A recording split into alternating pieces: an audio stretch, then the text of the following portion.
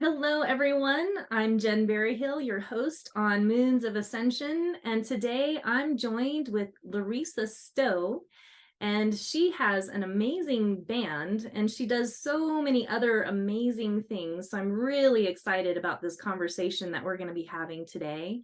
So I'll just start off by sharing a little bit about her. Her band, so you're like an edgy blend of mantra-infused pop rock and dedicated to supporting empowerment, liberation, and devotion with glorious feminine Shakti vocal energy steeped in deep, beautiful rock grooves. Wild flights of energetic world beat sound take you on a magic carpet ride of sonic spiritual bliss, sending you afloat in the high vibration of sacred mantra while simultaneously grounding you deeply into the earth through visceral body rhythm. Holy cow.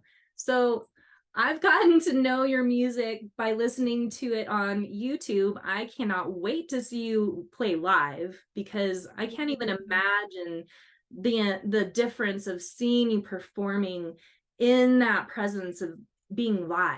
And so you're going to be joining us at Sunfire Fest later on this year in August. And so it's my treat and my honor to get to know you here today and also share a little bit more about what you're doing, because you have so much that you're doing to really support humanity and really elevating the consciousness in the collective and calling in that action for that global love, returning into unity and oneness.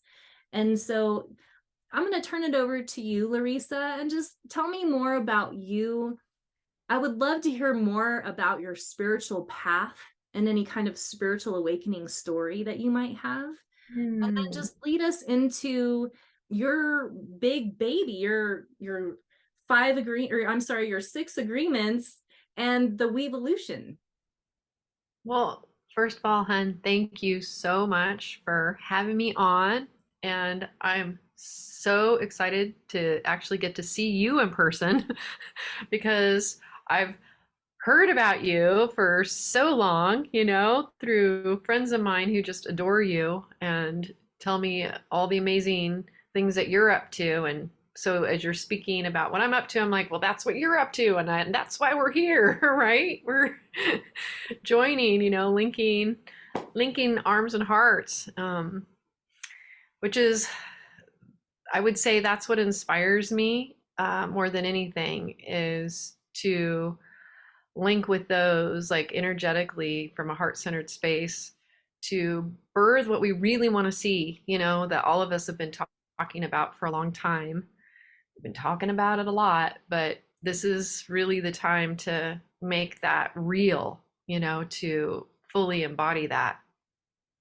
I have so many spiritual stories, it's kind of insane. So when you ask me that question, it's like, well, okay, what got me, the first thing that got me onto this path, like in a really, really big way, although I have to say, it's like, even as a kid, I was so into spirit and into God, believing, like when I was a little one, I believed everybody was just God, everyone and everything. It's like I just could see that divinity within everyone, and that's never ever left me.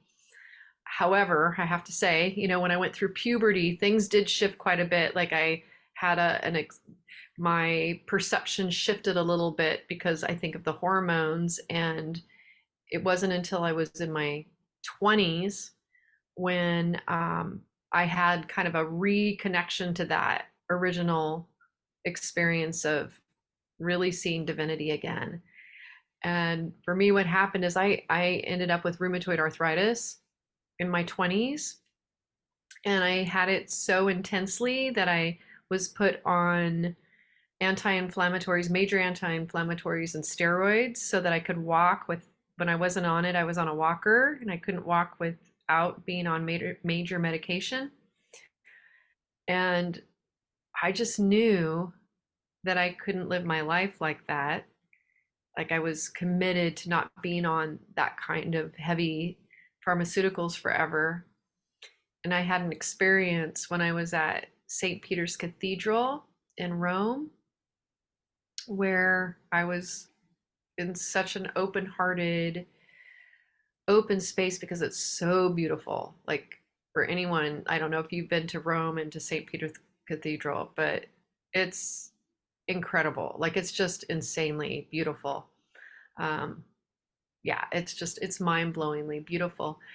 And as I was walking through and I'm seeing this art from Michelangelo and um, transported.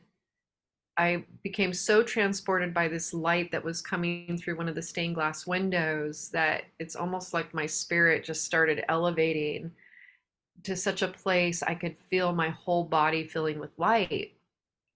And as we were getting ready to leave St. Peter's Cathedral, I noticed these angel statues, and they were holding like this bowl of water, and it was like on as we're leaving, and they had this like little, but I had this intensely inspired feeling to touch it and to touch the finger of one of these angel statues. And so I looked around, and as I'd been in St. Peter's Cathedral already for a while and was so filled with the light already, I thought, okay, if I get kicked out or if I get in trouble, it's going to be okay because I've gotten to have my experience. So I went up and I touched the hand of one of these angels, and I had all this energy just go through my body. And I heard this inner voice that said I would be healed, that I had to do yoga for the rest of my life. And it was such a deep knowing. It wasn't like an outside voice, it was an inside voice, but it wasn't my own voice. It was like it was clearly otherworldly, this experience that I was having, and I knew that I would be healed. And the very next day, I had no inflammation in my body. It's like every day I'd have to take my anti-inflammatories and my steroids, or I'd just balloon up and I couldn't walk. And I didn't take them, and I didn't balloon up that day. Wow, And so I you just had went, like an instantaneous healing then? I Wow, how did. amazing. Okay, keep I going. did. So so that was like, and the fact that I was told that I had to do yoga every day, like for the rest of my life, it was like, well, you have to do this. Which is pretty much, it was telling me I had to have a spiritual practice. Mhm. Um, that right there was like a game changer for me. And I've never looked back. Spiritual practice is really important to me. Um, and spirit has been with me so profoundly. Like I could go on and on about all the stories that I have, like where I'm directed in ways that it's so supernatural that it's kept me on track. If I start to kind of veer off track, I get like, I get kicked in the ass and pushed right back on track again. I don't get to go very far off my path of what I believe, like the mission that I was brought here to do. So I really get my ass kicked if I like one way or You're another, the- like if I do. Yeah. I have many stories about that too. Like that's my story where I was kind of lifted back onto my path in grace, but I've also had like intense stories of major illness later, even after that, where I got swift kicks to get back into waking up at different levels. So it's been an incredible journey, and I wouldn't have done it any other way in this life. But it leads me to where I am, and to why I'm so inspired, I guess you could say, in this lifetime to help to share the experience of going inside and connecting to soul, connecting to source, and giving others permission to do that. I think by modeling that and being that in my own life. Mhm. Yeah, I think I can relate, and I think a lot of people, they have some sort of catalyst that gets them what you could say like a radical realignment, whether it's like a physical experience or, a random car accident even can really shift and alter your course of where you're heading. And a lot of times those are signs that, we're just a little bit out of integrity and there's something bigger that we need to be doing. Plus, I almost feel like they're almost like initiations as well, because Yes. I'm kind of like one of those people that goes all in really big, really fast. Like I hit it hard once I get my groove. And sometimes I push myself to such an extreme limit that I'm starting to kind of blow by other things that need to be dealt with too. So yeah, I don't know. Yes. I love hearing how people arrive into their spirituality, but it sounds like you've always kind of had this really amazing sort of perception around people and the world for most of your life. And you and I share a really beautiful friendship with Michelle Anderson, and she has that same outlook, and Chief Golden Light Eagle, he was like, she just sees the God seed in every single person she meets. And, Yeah. it's such a joy when you get to be around somebody that is that loving and accepting and so nurturing in their energy with you, and so I get that sense with you as well. So it's just a pleasure to be so connected with you now. And all right, cool. So Oh, I tell feel the me. same way. I totally feel the same way. You have such an inviting and loving energy, so just so much kindness and adorableness. Thank you. You're welcome, but you do. We all need to hear those things sometimes. So awesome. So, Yeah. so what led up to you starting your mission with the 6 agreements and what you call the WEvolution? I have been so inspired.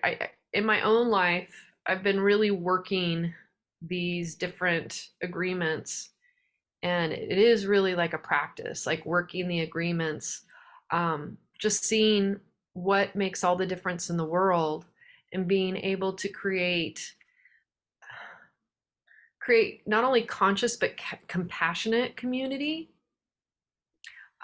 living with others too. In my own life, I like live not just with my own family, but I also we share space with other people, like Benj in my band. Like he's been living here for years, and Maura lives here as well, who is a godmother of our daughter Astara. And being in that being in an environment where we've had to really work through things. It hasn't always been easy. Like when you're in a small environment with people, you have to be really authentic. You have to strive to really be in your heart and not to go into your head. And I've learned so much from that. I've had a dream of having conscious community like on land, which by the way, we just purchased land outside of Sedona, like 30 miles south of Sedona in Arizona, in Cornville. And it's been a dream of mine. But I knew I would first have to be able to embody ways to work through and navigate through challenging conversations and challenging energies in order to say that I could truly be on land where I could live with others outside of my family and navigate that with integrity, integrity and with love, with compassion rather than judgment.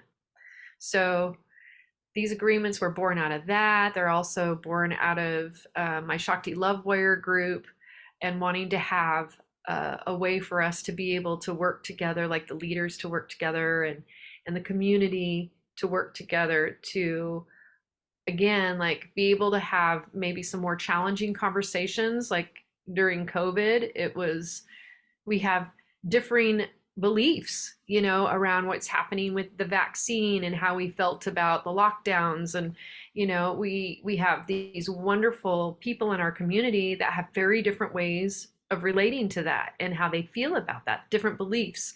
And what I was seeing is that people were having challenges, that we've had a lot of challenges, even, in my own family, we had some challenges navigating that, and wanted to bring together like agreements that would bring us back into our heart again, move us out of our head, move us out of righteousness into a place where we could dialogue and have respect for one another. Because if we don't have that, then everything breaks down, and we close down our hearts, right? If we can't share how we feel and respect one another and not move into a place of polarity and right, wrong, good, bad, you're bad, that's an evil thing to do. It's so easy for us to start to name call Right. rather than be curious and drop into like, well, what's motivating this, and what is really important to us rather than just collapsing into fear. So, it's kind of a long answer for a short question, but that those different things help to shape and inspire what is we call the 6 global agreements of the WEvolution, because these are truly agreements for us to work together in a collective. Whereas, like I would say also the 4 agreements, like, people when they hear this, they go, were you inspired by the 4 agreements? And I am inspired, by the 4 agreements. I think those are really important as well. But these add another layer, I would say. Like, it's not that they're better, it's just another layer. Like, they're all wonderful. The 4 agreements are awesome. And this adds another layer of how we can work together even more so in a collective sense. We were talking before the recording, and I shared with you that I watched your video presentation of the WEvolution and the 6 global agreements, and it's so well done. And I mean, like, literally just a few seconds in, I mean, it really touched me. Just the perspective and the reality of here's our world, and here's all the things that we're witnessing going on. And I actually kind of forgot, which is weird because, the whole COVID thing wasn't that long ago, but looking back in that 4-year time frame of, right before and then during, there were so many things going on in our collective society around the world with, uprising and division among people, politically and then racially, and all of these different things were getting really fired up. And I was saying to myself, gosh, we've been praying so hard for unity and oneness, and it just seems to be going so much further in the wrong direction, of unity and oneness. Like, wow, what happened? How did this get to this point? And one of the things that you said in the video is like, we need a tipping point. We need a tipping point in humanity to really, like, okay, we've gone all the way to the deep dark side, and hopefully that's the end of that part. But I'm hoping maybe we're making our way, shifting back over to stable ground and the more light, centered realities. But what would you say is that tipping point? Like, what would we need to do as a human race to really stand in like loving compassion and acceptance, and just being able to see the God seed in every single person that we know or come into contact with? Well, I feel like we are headed to there. I don't know if we're quite there yet, to be honest with you. But I feel that this contraction has been coming for a long time, and it's been a necessary contraction. What's fascinating to me is if you look at this from a 3D place, it looks really, really dark, and some people would say that it's going to get darker. And because there is the way that we have moved in a direction towards looking to outside of ourselves for answers, which we've done for a long time. We consistently have looked on the outside for answers rather than looking on the inside for answers. And that is still happening. And that's something that happens with children before they become teenagers. It's they're looking to mommy and daddy, you know, for all the answers and for leadership and to save the day, to be the hero, so to speak.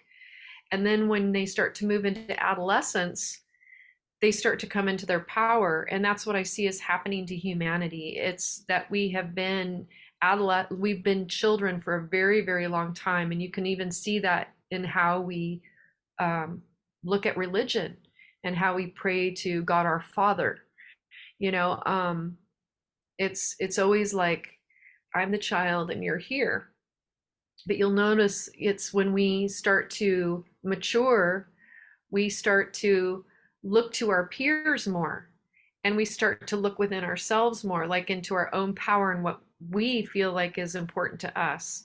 So that's a natural part of growing up, and it's a natural part of evolution for the child to one day realize that it's growing up into another stage of its own evolution. So I think that, you know, we have been children, toddlers for a really, really long time. And in this age of Aquarius, that's, you know, we're starting to embark upon. I really believe that the age of Aquarius is about us beginning to we evolve, and I like to say we evolve rather than evolve, because it's really about the we space rather than moving. It's moving from the younger me, my, as the kids are, that's mine, you know. And you can really look at that developmental stage when we're children, like, I want that, that's mine. And if you look at humanity, it's like humanity has been like, that's mine, mine, mine, right? And as we Go get your own. that's my country, that's my resources, this is my house, yeah, you know, it's very much. And mommy, daddy, doctors, politicians, you know, all of that, save us, save us. I'm looking to the one on the outside, the savior, you know, that will save me. You move as you get older, and I see this with humanity, we're really beginning to evolve. And it is going to hit that tipping point because there's so many of us that are evolving together right now, just as we're having these conversations. And this is what's happening all over the place, right? There's a lot of these wonderful conversations about the we that are happening right now. And that we is being inspired by our own WEvolution of growing up, you know, in consciousness as a collective. And we are entering, I believe, that teenage stage of consciousness, which is more rebellious. You know, teenagers are more rebellious. They're more like, this is the way I see it, and coming into their power. And they become more interested in their peers and hanging out and interacting and looking to those around them to dance, to sing, to get advice from their peers rather than from this authority above them. So I see that tipping point is coming. I can see it with just all these beautiful conversations. And what's really showing me this is Kundalini Awakening as well. That's happening. I was told, like, just by spirit, before I knew what Kundalini was, that I was going to have a Kundalini Awakening in this lifetime. And that I was told inside out that it was the evolution of our nervous system.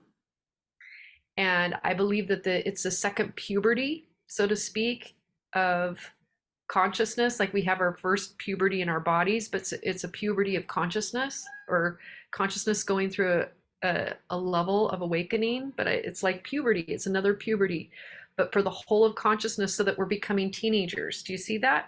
Oh my Like, God, that's amazing. I love that perspective. That's yeah, this is like, it's like, it's like big. And this was all shown to me when I was much younger. And it's only become more obvious to me, like when I went through my own Kundalini Awakening. Like, I always try to pinpoint the date, and I'm like, I think it was like around, you know, it started around 2006. Like, when I try to pinpoint when it started, like, big time. But it got bigger and bigger and bigger until I was just like having these full blown, you know, Kundalini experiences, and Kundalini is super contagious. Like it's contagious like laughter, like crying. So if you hang out in somebody's field who's had a Kundalini experience, if you just hang out with them, you're going to have a Kundalini awakening in this lifetime. It's just going to happen. Okay, Because well, let me just pause right there because, like, tell me, what is a Kundalini awakening for anybody that doesn't know what that is? Like, what is it? What's happening? well, we have this, primordial energy at the base of our spine. They say it's like latent in our root chakra, right? And you start to feel, first of all, for me, I started feeling these sensations in my body, like going up my spine, but a lot of tingling in my crown to begin with. And then it started feeling, honest to God, like I was like a cat in heat. Like I literally started feeling all this sexual energy, and it was like painful to the point where um, I would have to meditate and just be like focusing that energy up because I knew it was happening, but it was kind of driving me crazy. And it's not as intense, I think, for most people these days as it was for a lot of us who were having awakenings before, because there's a group of us that had to go through more of these intense experiences to kind of pave the way for more people. And it's a second puberty for consciousness, for humanity. It really is. So it's just really beginning, in the sense of like within the collective, but it's happening. And like my people around me are like having now Kundalini awakening, like where I was like, I felt like I was all by myself in it, for years, like felt like an alien. Now it's like my people around me, it's like everybody is like speaking like in the light language, and people are having these full blown ecstatic, tremors and energy moving through their body, which is an expression of Kundalini. Because it's unblocking, it's just going through you and it's unblocking the energy. It's opening up your channel, so to speak, for you to go into more oneness states and into your multidimensionality, which you are. You're a multidimensional creature. We're all multidimensional creatures. And our consciousness appears to be like localized right here in this 3D reality, but the truth is that we are outrageously multidimensional, and we are living parallel lives right now, not necessarily in the physical form, but in energy forms. And so when you have a Kundalini awakening, you start to be able to access that. You can't help it. You start to move into your multidimensional selves, and then remember these other aspects of yourself. They just start coming back in. And I think that is necessary for us to reclaim those codes from our other multidimensional selves to help ground that into this planet, so that we liberate ourselves from this need to look outside of ourselves anymore for direction and for leadership. We begin to look within, and we begin to play together, like we're awakened together. We're having fun together. We're like co-creating from this place of love and fun, rather than like, oh, it's so heavy. It's like, no, this is fun getting to do this together. So, what would you say to somebody that is having an experience like what you described and it's really uncomfortable? Because I've had a few people let me know that they're having something similar going on, and it's quite intense. So, was that another catalyst that maybe helped you to develop ways to kind of work with that energy and really anchor it and integrate it? And then did that also might maybe apply into your channeling into the music and things like that? So maybe just touch on that a little bit more. Yeah, the Kundalini has been for me instrumental in being able um, to trust spirit, to trust these energies that are coming through, and to be able to share these energies. It's very, very energetic. It's truly more about vibration than anything else once it starts to work. But with that said, people can have Kundalini awakening and it can go sideways. And when people come to work with me who are going through Kundalini awakening and don't know what to do with it, the number one thing that we work on is bringing ourselves into heart-centered awareness, because that's what grounds the Kundalini. So it's like having your all your energy center starting to like a block and all this energy moving through you. If it's not anchored in heart-centered awareness, that's when it can go sideways. And so it's like Kundalini is literally life force power. um it's the best way to say it. Like, I look at it like it's like a dragon. Like, imagine a dragon. Okay, so a dragon is powerful, is outrageously powerful, right? And that dragon can be used in a sense for wonderful things. And that dragon has the power to do great things with its energy, with all that power, but it also has a capacity to do things that are not healthy and can be very destructive. So the dragon, the Kundalini, is like the dragon, right? The heart is like Kuan Yin riding the dragon, heart-centered awareness. So you see images of Kuan Yin riding the dragon. And when we center ourselves in heart-centered awareness, then we begin to ride that power. So like that teenager waking up into its power, so to speak, right? Because I Kind of like you're using it instead of it using you, kind of thing. Yes, yes, exactly. Yeah. So that's the thing. It's recognizing with this Kundalini awakening, we need it to access our multidimensionality and to ground these codes that are going to help us really recreate, recalibrate how we are human on this planet, like how we exist, how we create together, how we move about the earth, how we work with the earth, rather than taking from her like a child just, this is an analogy that I always see in my mind. It's like a child who will not stop breastfeeding, just, sucking on the mama, and taking, not that that's a bad thing, but at some point the mother has to get back into her own energy and to nourish herself, and that child has to grow up and then also take care of mom. It's not just about mom taking care of the child forever, right? So we have to recalibrate, and we're on that destined trajectory right now to do this work. And Yeah, that's super exciting to me, like so exciting to me, because I see it and I know that it's happening, and I know that it's destined to happen. it absolutely is. And I see it happening too. And, it's almost like you have to get through the crunchy times, with, it's almost like ascension work and becoming more conscious is like you're learning about your own ego. And so the ego wants to control everything to feel safe. And Yes. so, it takes a lot more surrender, into the heart, because the heart, can feel and sense and have a bigger awareness than the ego can. And so, like we have to maybe go through a little bit of these initiations in order for community to really blossom and really anchor in on bigger levels. And I love seeing all the different communities that are coming on board right now or coming online.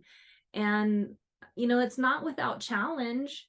And so I'm kind of like reverting back again to the six agreements, and maybe you want to walk us through some of what that is, so that anybody that is considering community or is in community, and maybe there's some things that are popping up that they don't know how to get past.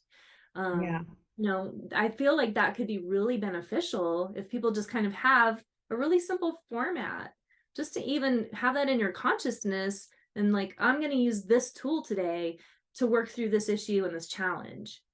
Yeah, it makes so much of a difference. And again, it's kind of like having Kuan Yin in the house. We have all this powerful energy, but how are we going to ride, that energy in our lives, right? So the six global agreements are designed to really help us navigate those moments that are that much more challenging in our community, with people, that we work with, in our families, um, if we all agreed upon this, and if we took a step back when we're having these challenges and we just plugged into this in our life, if you just work the agreements, and I can go through them, it makes all the difference in the world. And that first agreement is plugging into source daily.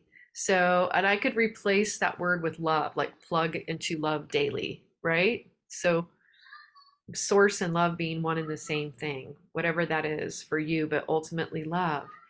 So how do we plug into that daily?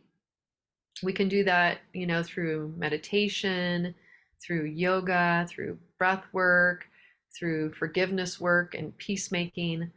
But it's truly like putting that first every day, like before anything else, so that your whole day is grounded in that love. Because if not, then we can get really going inside the mind. We're just pulled in, through our Facebook and our Instagrams, and like, what is this person doing? What is it in my email, like popping up and just going straight into mind? And that's where we, tend to go off the rails, is when we hop in here, and it creates anxiety, because the mind was never meant to lead. The heart is truly like has even more of an electromagnetic field than even our mind. There's more divine intelligence that physically even emanates from our heart. So to honor that, and to every day, it's just like bowing that mind to the heart, the first thing that you do. And like for me, like breath work, waking up, the first thing I do every day is I do my Wim Hof breathing, which is the best. And I would say to people, if you don't know who Wim Hof is, go to YouTube and look up Wim Hof, and How do you just spell that, Larisa? WIM, and his last name HOF. And he has been instrumental in bringing this really grounding breath work, and the power of breath work, and the science behind breath work into like our modern day. Like, he is groundbreaking with that. So there's so much science behind it now. So I cannot recommend anything higher than like just starting off with breath work, because it calms you down, and it also raises your immune system. So it drops you into your body, and that's, you're coming into your heart, you're getting close to the heart if you're dropping into your body, right? And then it raises that immune system, so that helps you to think more clearly. And it also, the way it works with this hypoxic breathing is that through doing this breathing afterwards, it raises your cortisol levels, but afterwards it stabilizes. Throughout the day, you're more calm in your nervous system. So highly suggest that. I also meditate. I do a moving meditation every day called Riding the Dragon, which, if people can learn more about, but that's an incredible meditation that's focused on rooting and rising, and in blooming, which is a whole other conversation, but it's really powerful. So highly suggest, number one, plugging into source love. And then number two is cultivating courageous vulnerability. And what that means is just being honest. It's being authentic. It's allowing other people to see your struggles, to see your challenges, to see what you really care about, to allow that to be forward, rather than putting on our social mask of wanting to look perfect, of wanting to look like we have it all together. That we're going to heal a lot faster as a collective, and we're going to truly embody and be able to rise in our consciousness when we are more vulnerable. Because vulnerability, that courageous vulnerability, brings us into our heart, because what that begins to do is it starts to create more self-acceptance. So the reason why we're not courageously vulnerable usually is because we're afraid of what other people might think of us, and because we're not accepting ourselves as we are. So that by doing that, it starts to create a space for us to have more self acceptance.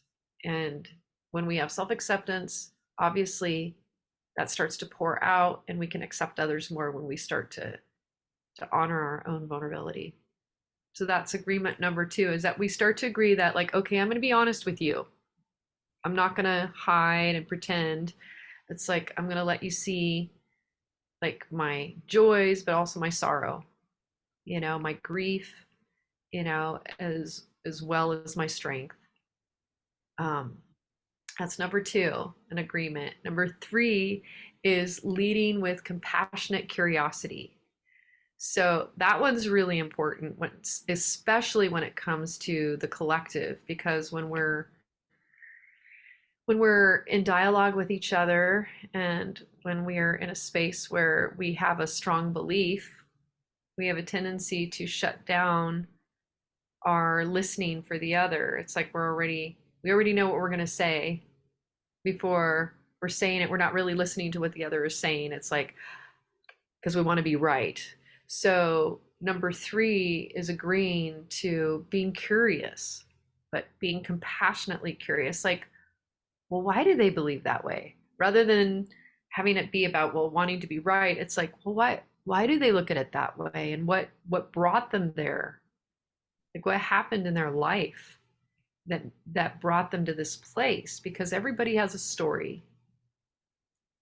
And so to have compassionate curiosity means that you're already presupposing that that person, the reason why they believe the way they do, that there's probably a really good reason that brought them to that point in their life. And to have more of an openness to be able to want to know, like, why? Because if we have compassionate curiosity, then we begin to care more about somebody else, and their story becomes important to us. So that creates more connection. So that's number 3. Number 4 is practicing radical self-acceptance. So when you feel these feelings of oh God, why did I do that? We have a tendency to point a finger at ourselves and be very self-critical. And practicing radical self-acceptance is a commitment to having compassion for ourselves and for our own wounding in our lives. And again, the more we practice that with ourselves, the more likely we are to be accepting of others and where they are. So that's number 4. And number 5 is respect each other. And in respecting, that means that you don't have to agree with somebody else's beliefs. You don't have to you put your own beliefs off to the side. It's you respect that they have a different opinion than you, and you don't use words that are going to demean them or dehumanize them. So we don't name call, because that's one of the things that we have seen happen a lot during the pandemic, is that people started on, I don't want to even say both sides, there's many sides, right? But you could see that people are just saying really mean things to one another, and calling people names and putting people down. And the moment we start to call each other names, and they can seem like really like minimal, like you could just call someone, oh, they're such a sheeple, right? And that seems like innocuous. However, it's not, because the second that we call somebody anything, we are dehumanizing them. And we know that throughout history, when we begin to dehumanize anyone throughout history, it's much easier to feel okay about them being in a concentration camp, right? Well, those people over there, they're doing this, and so they deserve it, right? They need to be kept away. And it's like, it's a very slippery slope. So respecting other people's beliefs, even if it's not what you believe, it doesn't mean that you condone them. and this is in no way like some people have beliefs that, others shouldn't be on the planet. So that's, this is within reasonable, right? It's where no harm is done. So, we don't condone, people murdering and having the belief that people should be off the planet, but it's respecting that people come from things from very different ways and perceptions. And the more that we can be kind in how we communicate, the more likely we are to be able to create completely different ways of seeing things and solutions that we would have never seen ever if we didn't open up and have respect for somebody else. So that's number 5. And my favorite, honestly, of all the agreements is play together. And that one is my favorite because it's truly an expression of how we create the new earth. It's like a completely different, it's a shift, a paradigm shift, because we're moving out of that idea of that life is hard and we got to work hard and that there's competition. And rather than looking at life like that, it's like, what if we play? What if this is about, I don't have to do this all by myself anymore? What if I have teammates, like you have teammates for the Sunfire Festival? Like, you wouldn't be able to do this on your own without your team. But if we look at our team like, okay, you need to do this and you need to do that, and I'm doing this and this is what needs to be done, that energy, takes from what we're creating.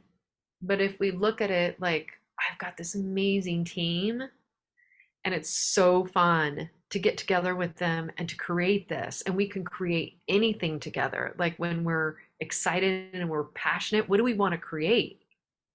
Right? That becomes like a whole new level. It's like, oh my God, I love hanging out with these people. These are like my favorite people to hang out with. And we are going to create beyond what we can imagine just ourselves. Like, it's by coming in together, we can create something even more fantastical.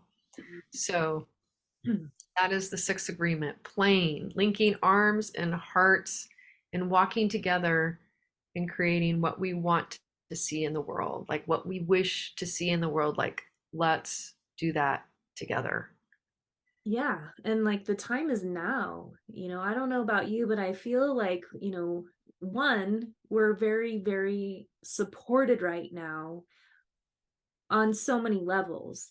And 2, it's important to get going on this now because we don't know how much time, we don't know where the clock is ticked to yet. And so Right. it just, to me, it feels very like a pinnacle time, a paradoxical time, but also a very great possibilities are awaiting for us when we get together and do everything that you just suggested. And getting together and being in, heart to heart, hand to hand, getting to be with each other in our physical presence. Gosh, we might have a Kundalini awakening experience. Exactly. Wow. I mean, I know, right? I mean, that's the thing. And it's, believe me, I know it. I just know it, Jen. It's coming. Like, the biggest wave we've ever seen is going to come on this planet. And you can call it Kundalini. Some people will call it the Holy Spirit. Like, within the Christian communities, they'll be like, oh my God, everybody's having the Holy Spirit coming through. That's what they'll call it.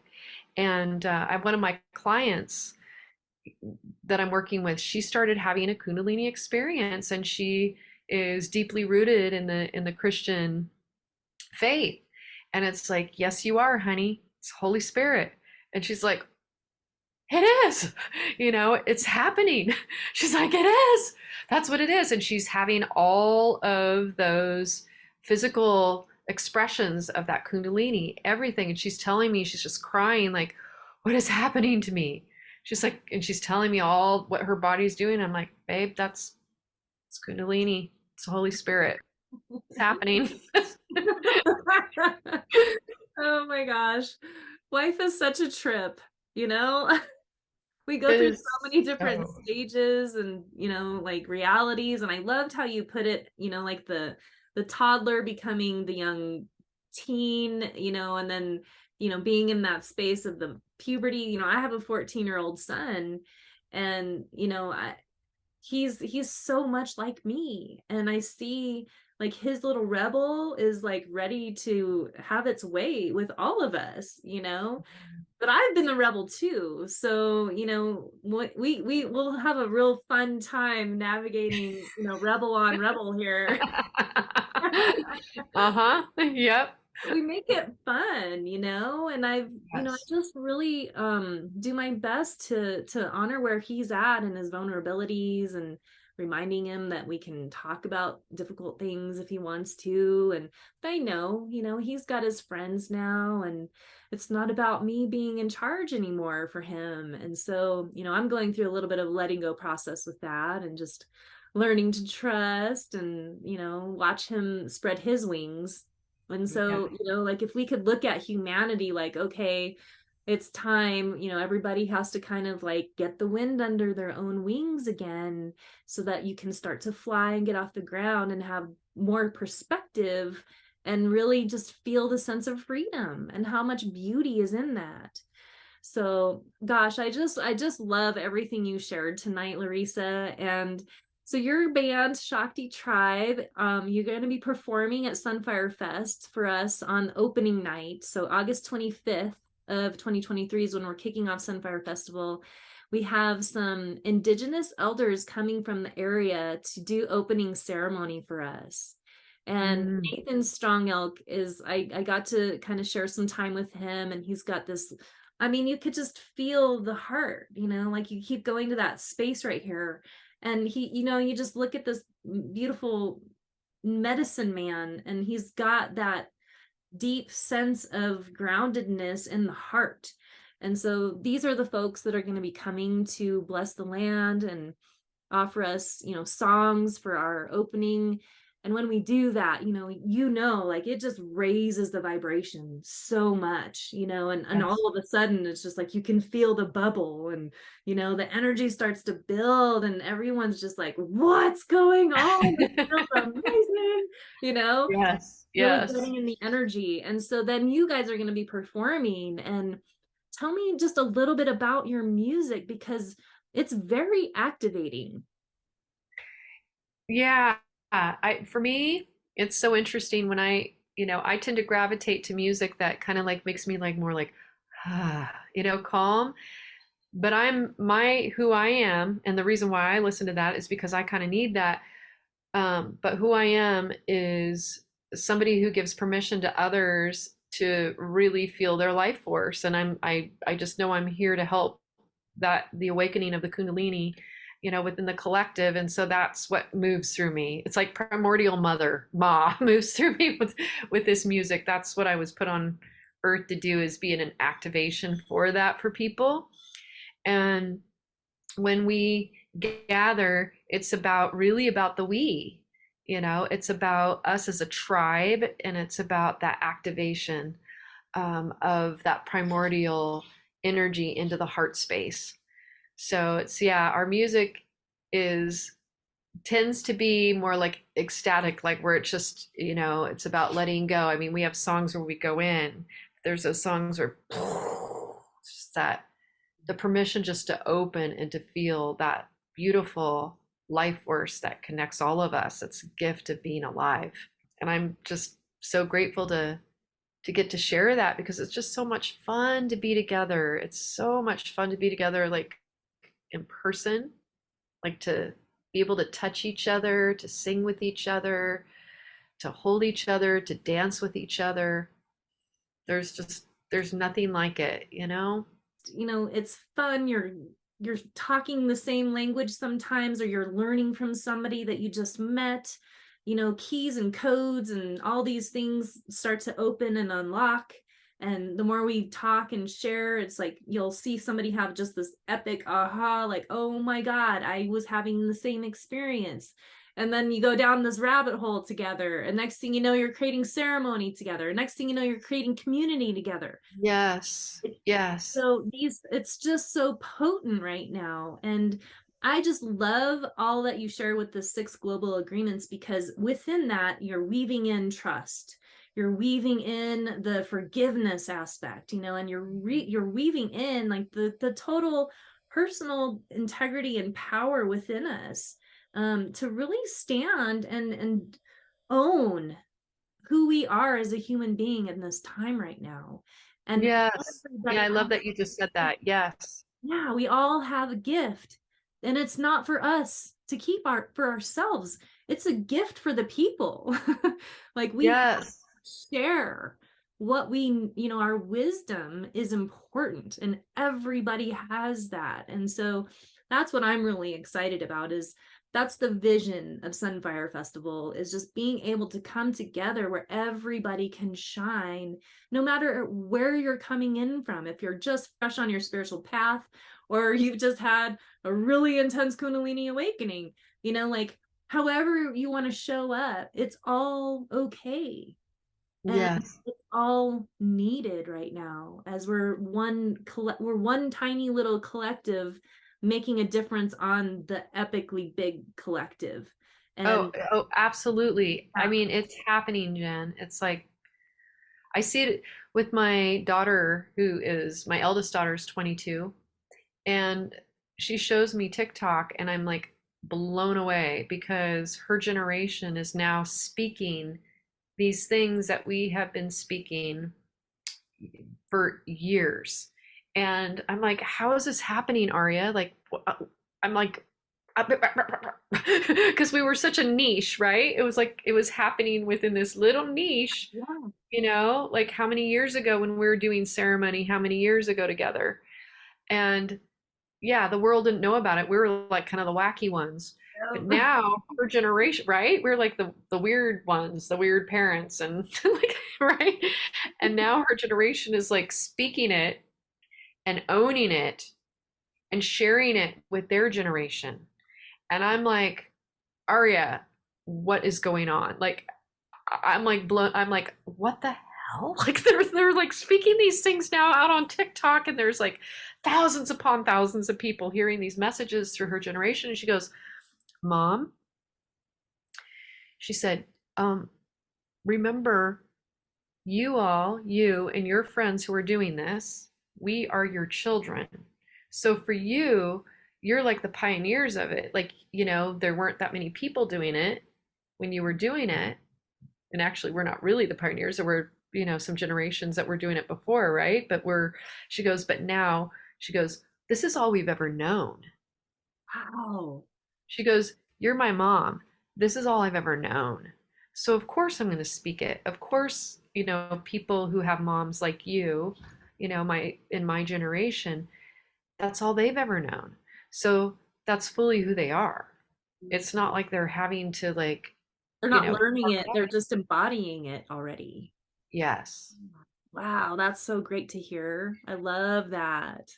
So lots of good, juicy tidbits to give us all hope. Yes. And, you know, just some encouragement to keep going, and some tools that can help us get through some challenging times. So you've brought a lot in on this podcast, and I can't thank you enough for spending time with me here today. Is there anything else that you want to share before we wrap up? Just my gratitude. Like I just am so grateful to get to have these conversations because I know everything's born out of conversations, right?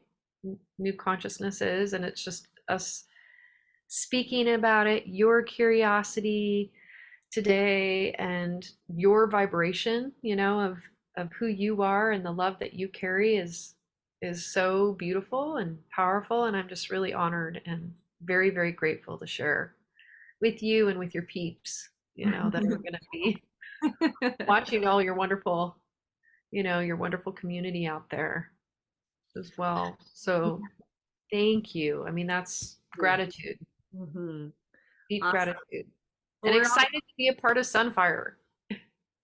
I am so excited. So we'll put some links in the comment section with the video, so that way you can find more out about the 6 global agreements, and more about Larisa Stow and what she's up to and her band. And we look forward to dancing the night away with you on August 25th up at Tico Time. So Yay! It's gonna be really, it's already, you can feel I the can feel it festival too. has a lot of potency, with the people that are gonna be there. A lot of, 'Cause I can feel it. It's already happened. I see it too, so strongly. Because at Tico time, the stage, it's like it opens up to it's almost like you're on a beach. And then the water is literally right there too. So you've got little ponds where you can play in the water, you can swim, you can kayak or do stand up paddle boards and still be part of the music and everything going on. The Nemus River is running nearby, and and then you've got the big mountain up on the other side. So there's just Yeah. like this immersion of so much beauty and connection with the earth and the elements, and then Yeah. adding in the high vibe with the music and everybody in their heart.